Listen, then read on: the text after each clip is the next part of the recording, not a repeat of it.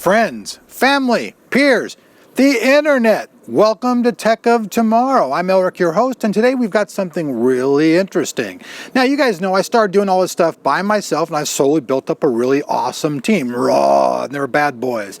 Now, you guys all gave Kevin an awesome welcome to my channel. He feels really comfortable. You guys like his work. Well, now we're gonna step it up a notch even more. Now, you guys know I'm a consumer. Like, I'm not the most intricate phone guy in the world, but I know that a lot of people out there want those very, very intricate phone videos. So now I want you to welcome the latest member of my team. Now, this is Marco. He also works at a company called Phone Dog. Woof, woof. And I want you guys to welcome Marco here to Tech of Tomorrow.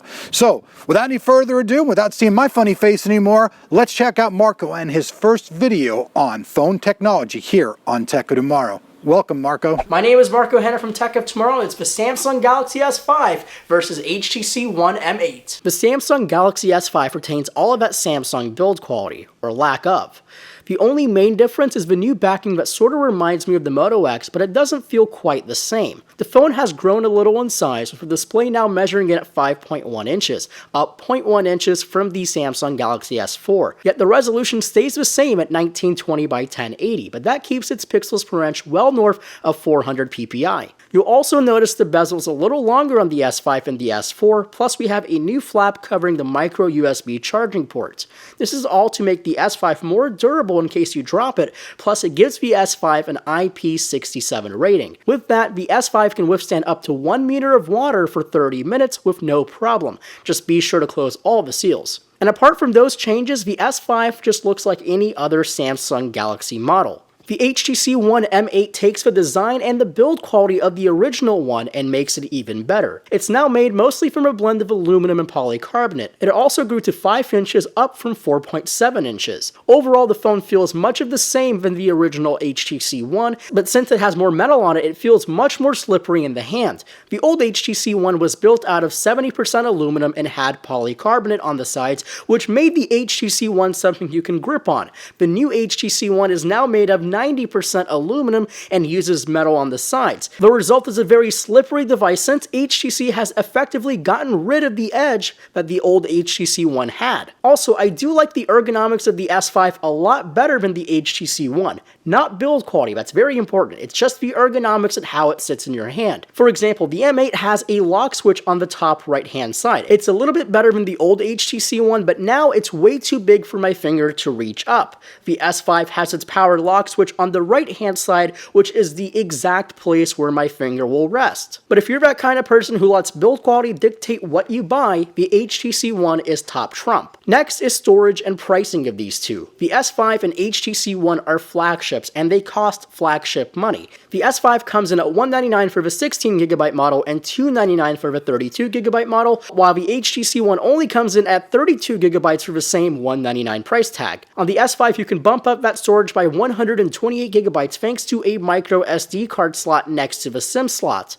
And now, for the first time, the HTC One M8 adds a micro SD card slot on the opposite side of the SIM tray. It too will support a 128GB micro SD card, but the only trouble is you need a paperclip to swap it out. The displays on both of these are 1080p. The one on the S5 is 5.1 inches and uses Samsung's Super AMOLED technology, which just pops. It may oversaturate the hell out of everything, but it looks darn good. In some places, the screen makes the video look terrible, especially when you watch cinema or short films that intentionally have a flat image to them. The S5 just adds unnecessary saturation that the video doesn't need. The HTC One has a 5-inch LCD panel which brings more true-to-life colors. It's the more natural of the two. Color reproduction is spot on the HTC One. It's probably the best one I've seen, coming very close or even beating the iPhone 5S, which has had a good track record for being one of the best displays in mobile. If you're going to pick the best display, I would take the HTC One, but I wish I can add the same pop factor,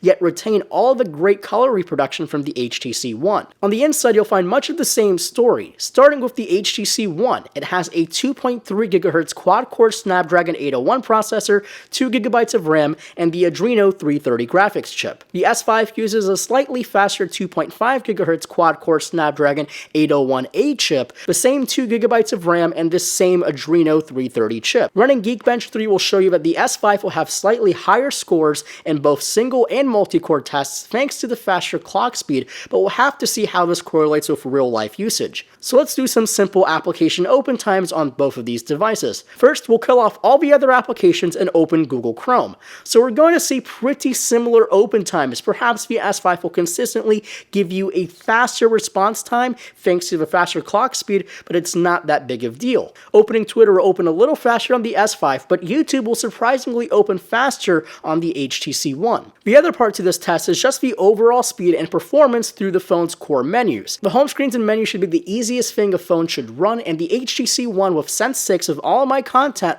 runs really well. Not a single lag through the menus, settings, and even in blink feed. It's all buttery smooth. The S5 has pretty much the same experience with this new lightweight version of TouchWiz. The only trouble that I found is in My Magazine. It was trouble on the Samsung Galaxy Note 3 and it's still trouble for the S5. I think Flipboard and Samsung should really rethink how this feature works. Next up is the main star features of both of these devices, starting off with the S5. The first one is the fingerprint scanner that lives under the home button. Very similar to the iPhone 5S, but there's a fundamental difference. Since Samsung's home buttons are very narrow, you actually have to swipe your finger on the home button. The setup process is pretty weird too. Comparing to the iPhone's process of just repeatedly tapping the home button, the S5 wants you to swipe your finger over the home button 8 times to register your fingerprint. Then after all of that swiping, the slightest off-angle swipe will render it bad and it doesn't pick up your fingerprint at all. When you do swipe your finger perfectly down the home button, it gives you a green light.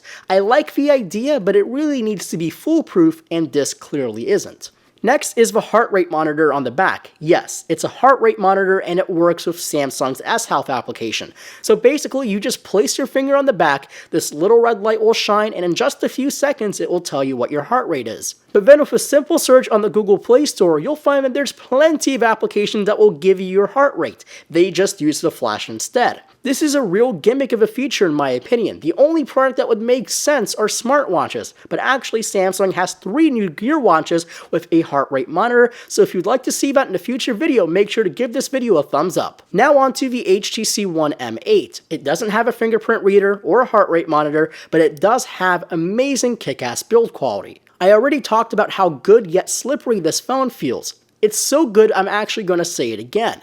This is one badass phone in all departments to the human senses. It looks good and it feels even better. The next feature is to help people who have smaller hands. It's called Motion Launch, which uses not only your hands but also the gyroscope inside the M8 to unlock your phone, go to the camera, launch Google Now, or go into blink feed. The one I use the most is simply sliding from the right hand side to unlock the device and go to your home screen. You can also double tap the display to turn it on. Next, and the best feature of them all, is the Boom Sound speaker.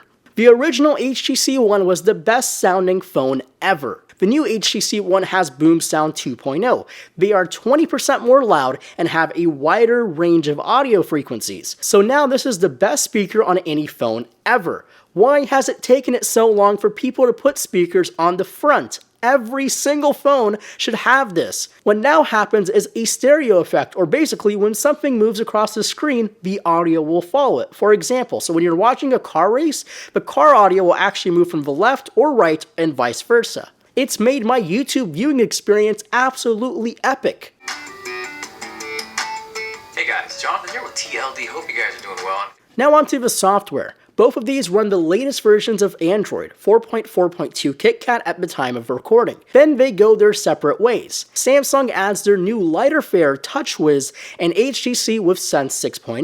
Samsung has toned back the look and feel of TouchWiz this year, but don't mistake it with vanilla Android. You can clearly see the DNA of this guy. It is more responsive from older versions of TouchWiz, and I do dig the redesign of the menus. You still have those gimmicky features like motion wave and eye tracking from the S4, but that's all old news. What is new for the S5 is My Magazine, which is a feature lifted off the Samsung Galaxy Note 3 and all the new Samsung Tab Pro series. It's basically a built-in Flipboard application to the S5. You can access your streams of info, social media, and all the other stuff in one central hub.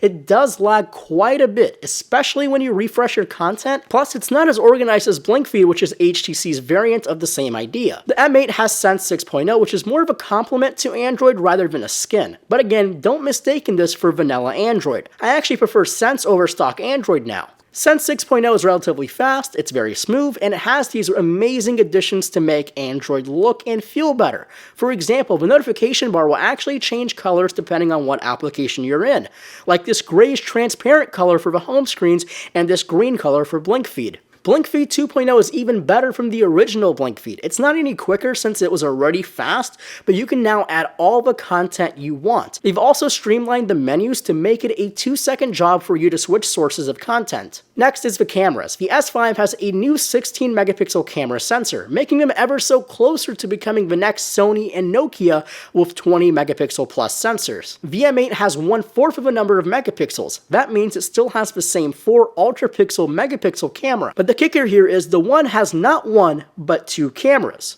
Well, sort of.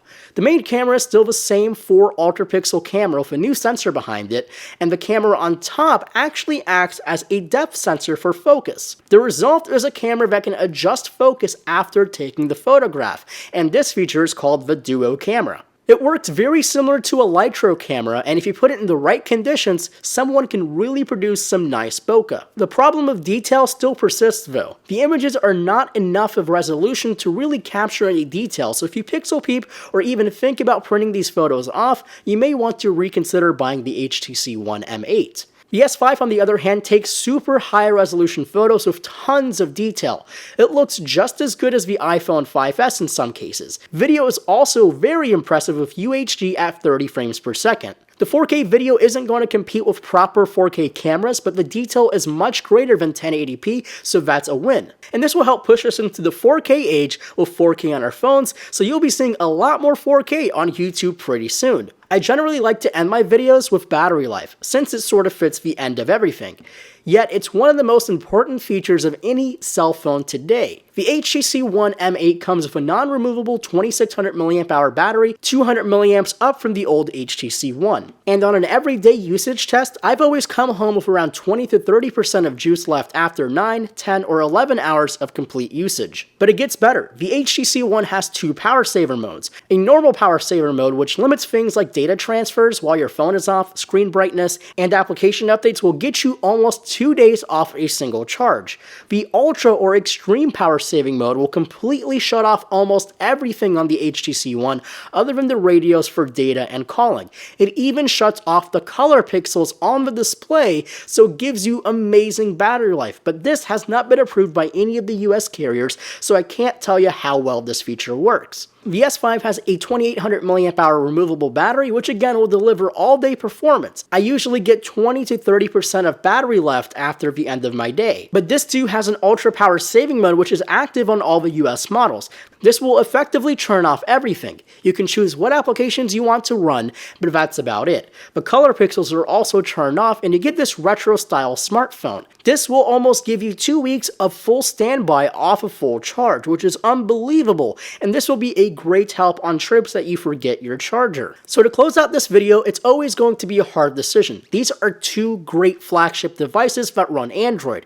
One is already the superstar giant in the Android space, while the other is fighting to the bone to be recognized in this large pool of those superstars. The HTC One has become one of my most favorite devices of all time. It combines power, beauty, and build quality. But the S5 has also shown me how much I like kick-ass power and also a lightweight device. Plus, it doesn't hurt having an awesome camera. If you can't make your mind up between these two, consider what you value most. Do you value build quality or a lightweight phone? Do you take a lot of photos? How much content do you watch on your phone on a daily basis? These are all good questions to help you figure out which one you want to decide. If it were up to me, I would go for the HTC One M8, but you could have different needs. So make sure to leave a comment below on what you would pick between these two, and remember, different people have different needs, so play nice in those comments section. Well, I hope you enjoyed my first ever Tech of Tomorrow video. If you have any questions for me, you can hit me up on Twitter at Marco M. Hanna, and also make sure to subscribe to the YouTube channel for future videos. As always, my name is Marco Hanna from Tech of Tomorrow, and I'll see you guys later.